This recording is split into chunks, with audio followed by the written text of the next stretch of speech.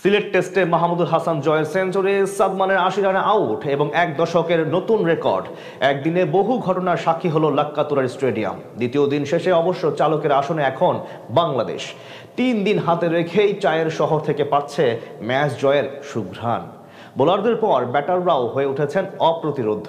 আয়ারল্যান্ডের বিপক্ষে বাংলাদেশের এমনই পারফরম্যান্স ও দিনের সব ঘটনাই এক করে জানবো রিপোর্টে।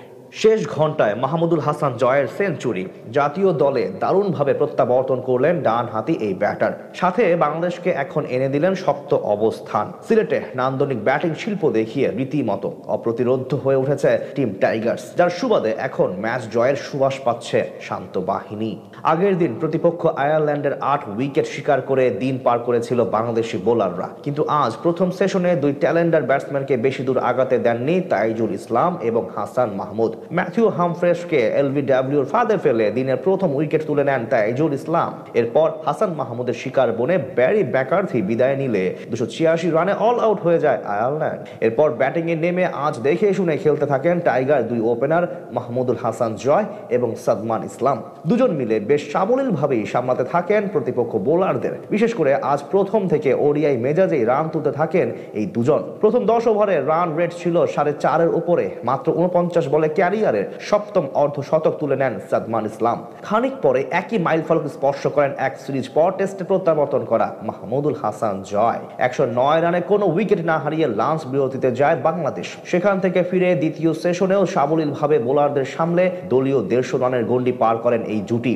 এরপর অবশ্য বেশিক্ষণ টিকতে পারেননি তারা। দলে ১৬৮ রানে উইকেটের পেছনে ক্যাচ দিয়ে বিদায় নেন ৮০ রান করা সাদমান। তবে ২০১৫ সালের পর সাদা পোশাকে এটিই ছিল বাংলাদেশের সর্বোচ্চ রানের উদ্বোধনী জুটি। এদিকে সাদমান আক্ষেপ নিয়ে ফেরত গেলেও ভুল করেননি মাহমুদুল হাসান জয়। নতুন করে অভিজ্ঞ বাঁহাতি ব্যাটার মমিনুল হকের সঙ্গে জুটি গড়েন তিনি। ৫৭তম ওভারে গালি অঞ্চলের মাথার উপর দিয়ে বাউন্ডারি হাঁকিয়ে ক্যারিয়ারের দ্বিতীয় শতক তুলে নেন এই ব্যাটার।